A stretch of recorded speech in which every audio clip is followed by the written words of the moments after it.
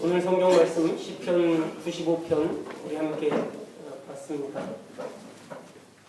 우리가 하나님의 축복 또 인간의 축복, 우리가 축복을 받으려면 가장 첫 번째 우리 먼저 선행돼야 되는 것은 주목하는 것입니다. 하나님을 주목하는 것, 그것이 하나님의 축복의 비결을 받는 것이고, 우리가 사람을 통해서 축복을 받으려면 그 사람을 주목하는 것입니다. 내가 하는 일들이 잘 되려면 그 일에 집중하는 것, 그래야만이 그 일이 잘 됩니다.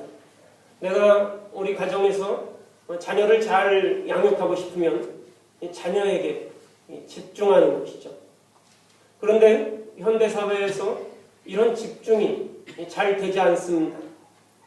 사람과의 관계에서도 집중을 잘 하지 못하고, 가정에서도 집중을 잘 하지 못해서 가정에서도 문제가 생길 수 있고, 또 사회생활에서도 문제가 생길 수 있습니다.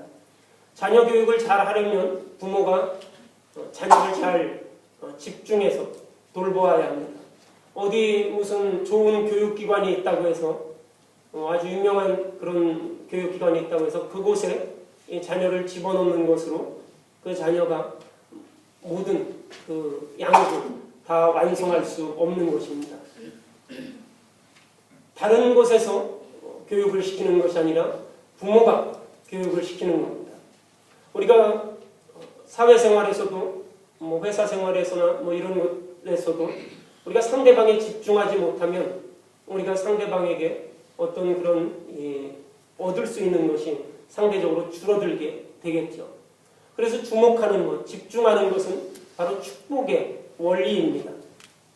우리 인간의 가장 궁극적인 목표가 무엇이겠습니까? 여러분의 가장 궁극적인 그러한 목표가 어떤 것입니까? 우리 삶의 목표는 하나님을 만나는 것, 이것이 삶의 목표가 되어야 할 것입니다. 우리가 세상에서 목표로 했던 것들, 또 지금 목표로 하고 있는 것들, 그런 것들이 우리에게 있을 것인데, 그것이 10년 전에 혹은 20년 전에 목표했던 것들이 지금 목표하는 것과 다를 수 있습니다. 똑같은 분들이 별로 많지 않을 거예요. 10년 전에 내가 목표했던 것, 20년 전에 내가 목표했던 것, 어떻습니까? 그것을 그 목표로 했던 것, 그때 당시에는 그 목표만 이루어진다면 정말 모든 것들이 다 만족할 수 있었을 것 같은데, 그런데 10년, 20년 지나고 보면 내가 10년 전에 생각했던 목표를 내가 이루었는데 그것에 대해서 만족하거나 감사하거나 이런 마음이 별로 없습니다. 다 이미 이루어졌음에도 불구하고 별로 그것에 대한 그런 미련들이 없습니다. 이 모든 우리 인간의 목표들은 죽음과 함께 내려놓는 것입니다.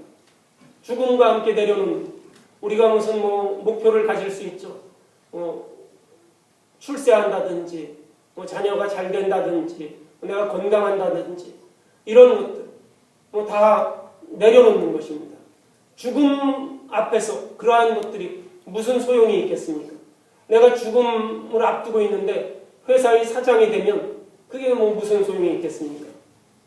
앞으로 있을 영원한 삶에 비하면 이 세상에서의 삶은 정말 찰나의 순간, 눈 깜짝할 그러한 사이와 같습니다.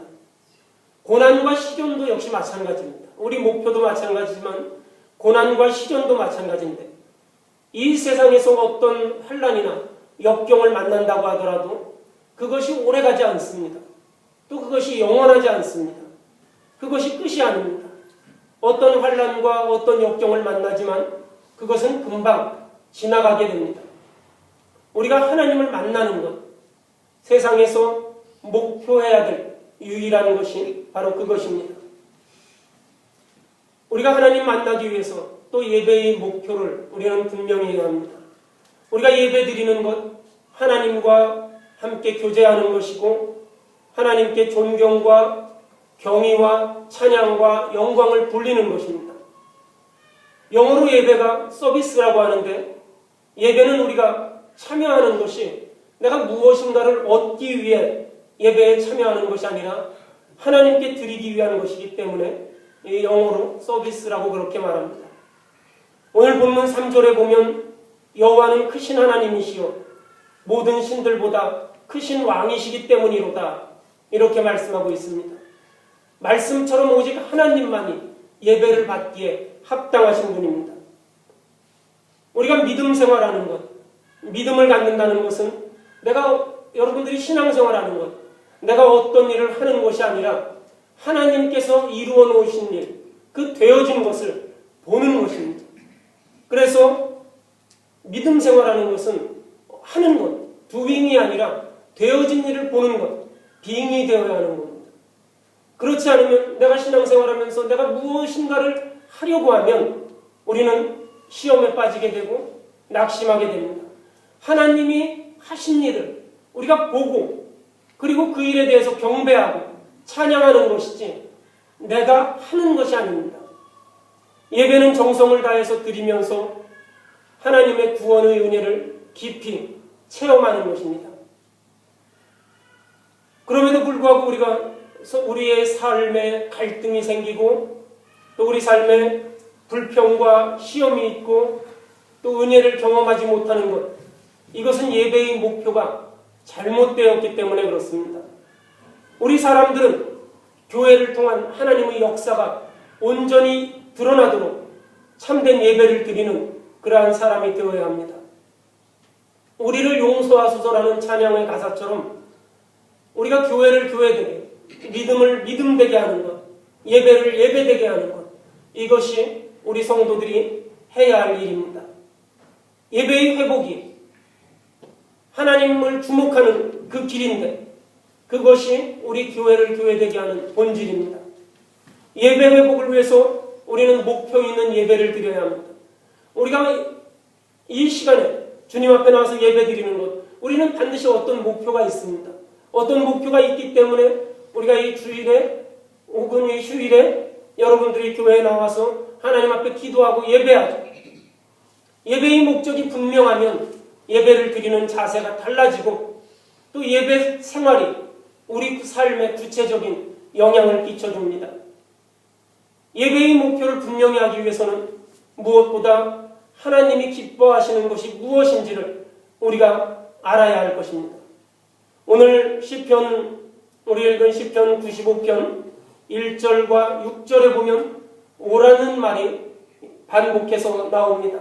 오라 우리가 여호와께 노래하며 또 오라 우리가 굽혀 경배하며 이렇게 반복해서 나옵니다. 이 오라는 말은 영어식의 번역이고요. 히브리 원문을 보면 1절은 오라이고 6절은 가라입니다. 1절은 제사장이 성전으로 사람을 초청하는 말입니다.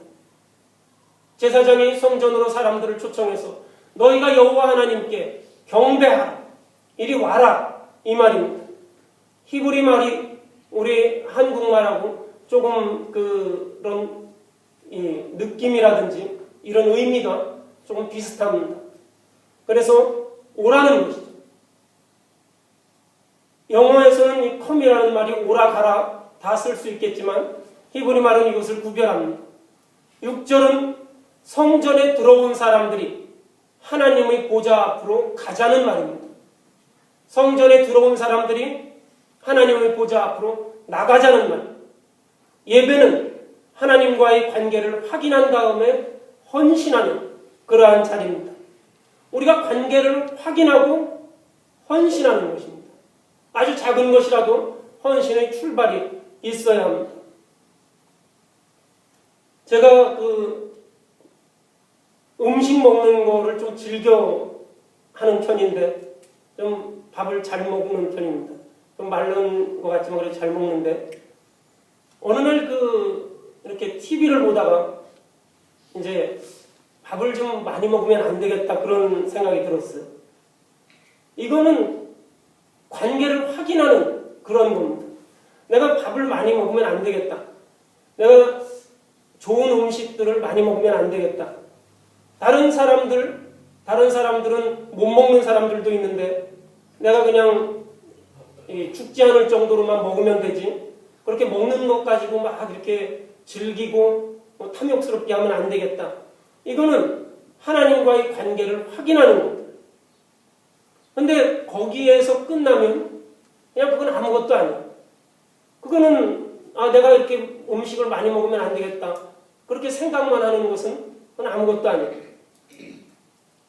예배는 하나님과의 관계를 확인하고 그리고 헌신하는 것, 그것이 예배의 완성으로 이루어지는 겁니다. 그래서 제가 뭐를 먹고 싶을 때, 뭐를 사 먹고 싶을 때, 또 뭐를 맛있는 거를 먹고 싶을 때, 그냥 집에 가서 밥이나 먹지. 그리고 밥을 먹고 그만큼을 내가 사 먹으려고 했던 액수만큼을 이렇게 좀 모아놓습니다. 좀 모아놔. 그럼 뭐 얼마 안 되지만 그게 좀 이렇게 모여집니다. 그러면 그런 먹지 못하는 사람들, 그런 사람들을 위한 단체들이 있죠. 그런 데다가 이렇게 기부를 하면 이제 뭐 그게 거기로 가겠죠. 관계를 확인하고 헌신하는 거예요. 내가 뭐 햄버거 하나 사 먹고 싶은데 안 먹어도 괜찮아요. 안 먹어도 죽지 않습니다. 그런데 그냥 내 입을 즐겁게 하기 위해서 하나 사 먹고 싶은 거예요.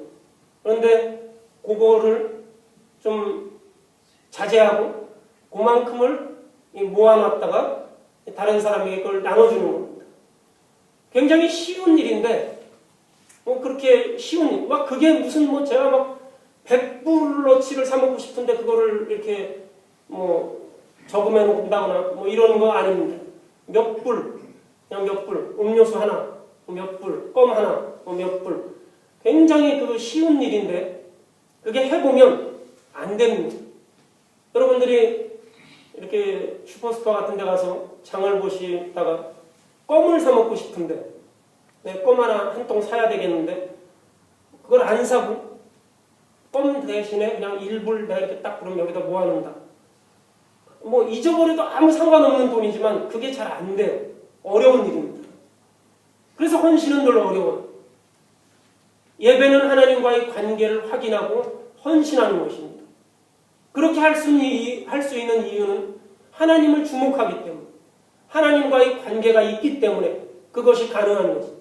하나님이 나를 쳐다보신다 생각하기 때문에, 우리가 누가 나를 본다.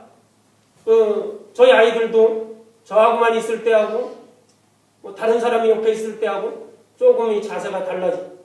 좀 말도 좀 이렇게 좀 잘하고 말도 잘 듣고 태도도 좀 좋아집니다. 다른 사람이 보고 있다고 생각하면 우리가 좀 이렇게 잘하죠. 여러분들이 앞에 나와서 기도하시거나 성경 말씀 읽는데 한 10,000명 있는 교회에 가서 이렇게 읽으신다고 그러면 그럼 좀 더 이렇게 좀 신경을 무지 많이 쓸 수밖에 없게 되는 것.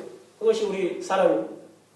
하나님이 나를 지켜보시고 계시고 하나님이 나와 함께 하신다. 주목하고 있다.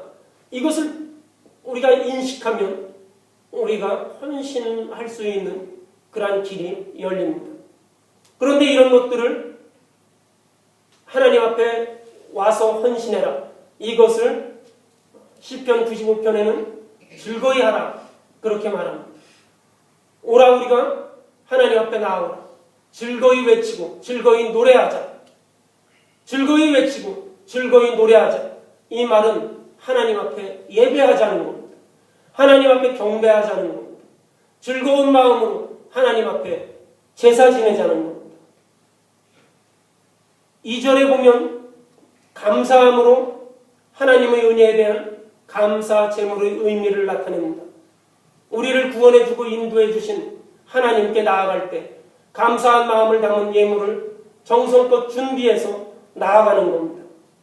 감사의 삶은 어떤 부정적인 생각, 부정적인 말들 이걸 버리고 긍정적인 생각, 긍정적인 말을 하며 살아가는 겁니다.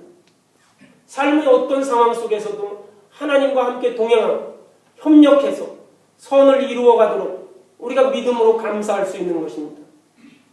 우리가 이 감사도 또한 우리가 주목하는 것, 집중하는 것이 필요합니다.